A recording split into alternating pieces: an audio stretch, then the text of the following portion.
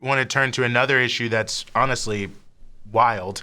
There's a lot of unrest in New York State prisons after there was a relatively brief wildcat strike of officers, prison guards, I guess you should say, after they beat someone to death in one of the prisons. So a lot of different things happening here.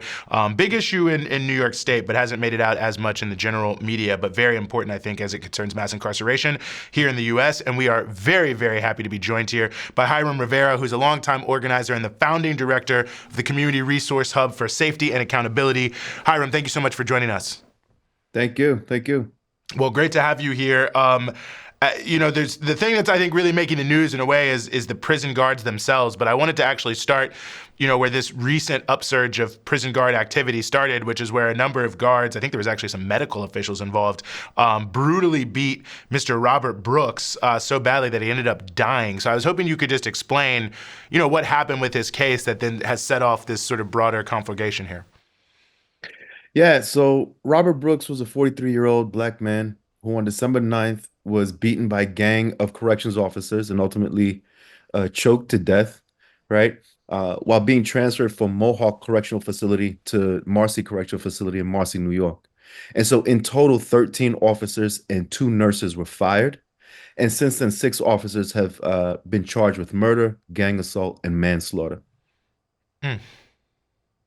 It's just unbelievable, unfreaking believable. And guards were complaining about their own safety, which they related to something called the HALT Act, which had changed some rules around solitary confinement.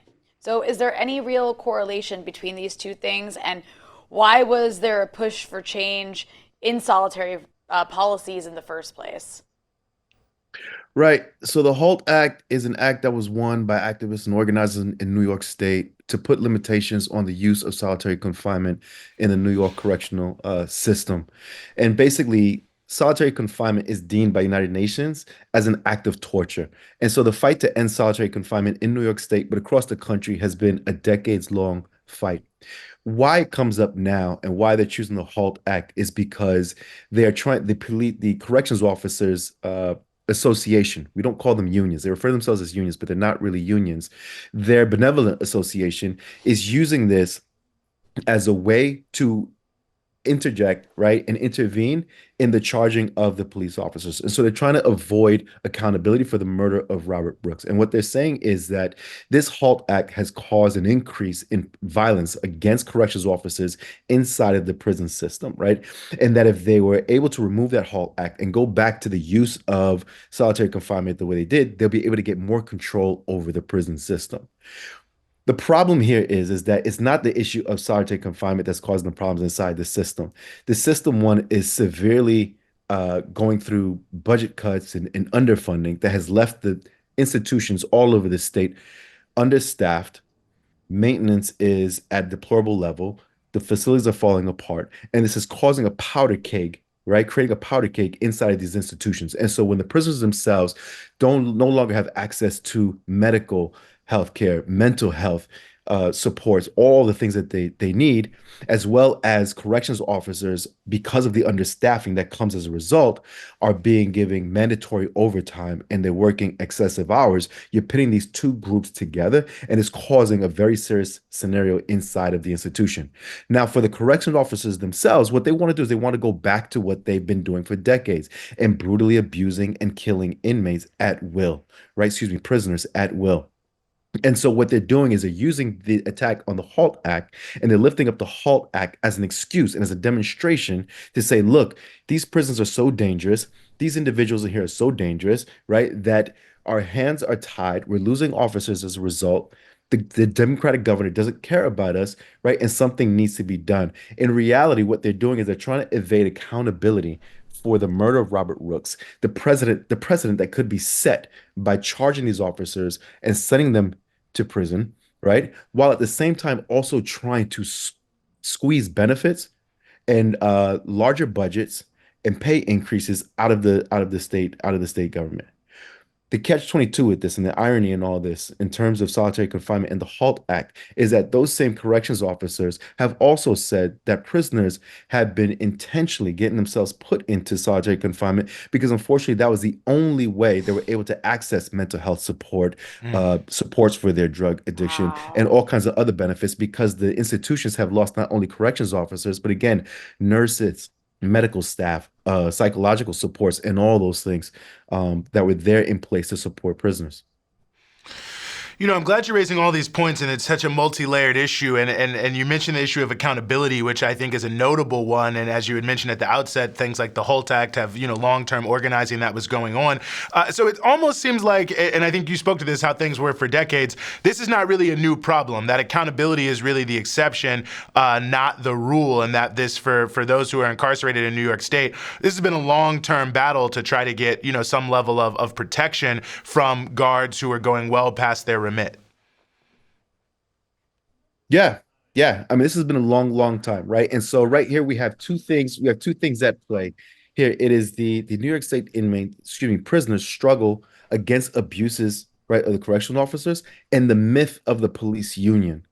And so the history of New York State prison struggles is long, and one key figure in that history stands out is Martin Sostre. Martin Sostre, the Black Puerto Rican activist and bookstore owner, who became one of the country's foremost prison reformers behind the walls, right? And so Sostre, as an organizer and a jailhouse lawyer, successfully sued for prisoners' rights to be able to practice Islam in prison. He successfully sued then Governor Nelson Rockefeller over the use of solitary confinement. And he was, right, in his obituary, stated by the New York Times, the New York Times stated that because of his imprisonment and subsequent activities in prisons in America, and particularly in New York, they can never go back to the dark pits of repression and despair that they once were. Now we know they still are those institutions, right? But that is the history of prisons in New York State and the history of the prison struggle going back to George Jackson in California and Attica in New Jersey. The second part that I was saying, the myth of police unions, is that police unions don't exist. Cops are not workers. Cops are tools of the state. They're the armed bodies of the state. They're tools of the ruling class in order to suppress, quell, and right working class people outside the walls and behind the walls, and so also protect profit and property. And so the issue of accountability for officers is what brings us back to why we started this conversation in the first place. And so the charges brought against them, right, and the possibility of being held accountable is being used by these institutions, these benevolent associations, these fraternal orders that again are not actual unions.